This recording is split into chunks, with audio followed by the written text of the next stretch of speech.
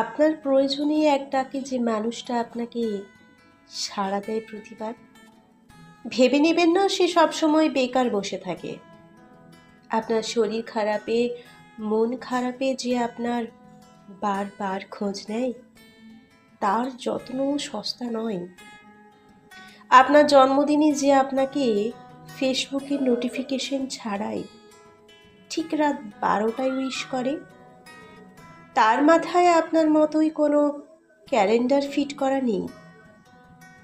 আপনার পাশে থাকার জন্য যে প্রচণ্ড আকুতি মিনতি করলো, সে চাইলে তার পাশে অন্য কাউকেই জায়গা দিতে পারে।